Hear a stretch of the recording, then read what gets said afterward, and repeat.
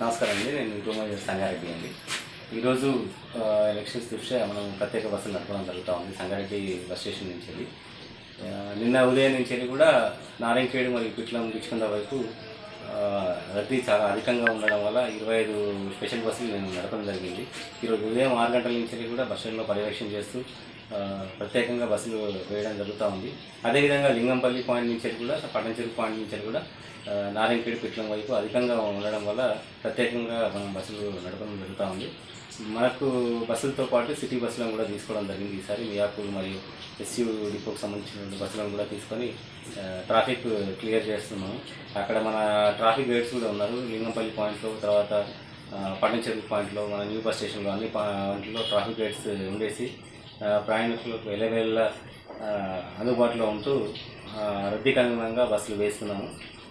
ఇప్పుడు ఈరోజు ఉదయం నుంచి కూడా ఇప్పటివరకు 15 బస్సులు ప్రత్యేకంగా అడిషనల్గా బస్సెస్ను నారాయణఖేడ్ మరియు పిట్లం వరకు వేయడం జరిగింది. ఇప్పుడు ఇంకా మధ్యాహ్నం వరకు కూడా ఉన్నటువంటి ట్రాఫిక్ను క్లియర్ చేయడానికి మేము ఇప్పుడే బస్ స్టేషన్లో పర్యవేక్షిస్తున్నాం. ప్రయాణికులు ఎలాంటి అసౌకర్యం కాకుండా చూస్తున్నాము.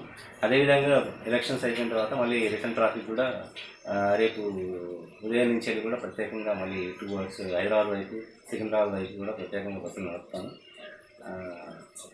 మీరు అవకాశాన్ని వినియోగించుకోవాలని చెప్పి థ్యాంక్ యూ. ఈ సందర్భంగా మా డిపోలో ఉన్నటువంటి సిబ్బంది కూడా మాకు చక్కగా విధులు నిర్వహిస్తూ ఉన్నారు. ఎంత రద్దీ ఉన్నా కానీ ఒక్కొక్క బస్సులో అసలు 110 మంది 120 మంది వరకు ఎక్కుతున్నా కానీ వాళ్ళు చాలా ఓపికగా లోపల తీసుకుంటూ వాళ్ళను విధులు నిర్వహిస్తున్నారు. ప్రత్యేకంగా వాళ్ళందరికీ కూడా అభినందనలు తెలియజేస్తున్నాను.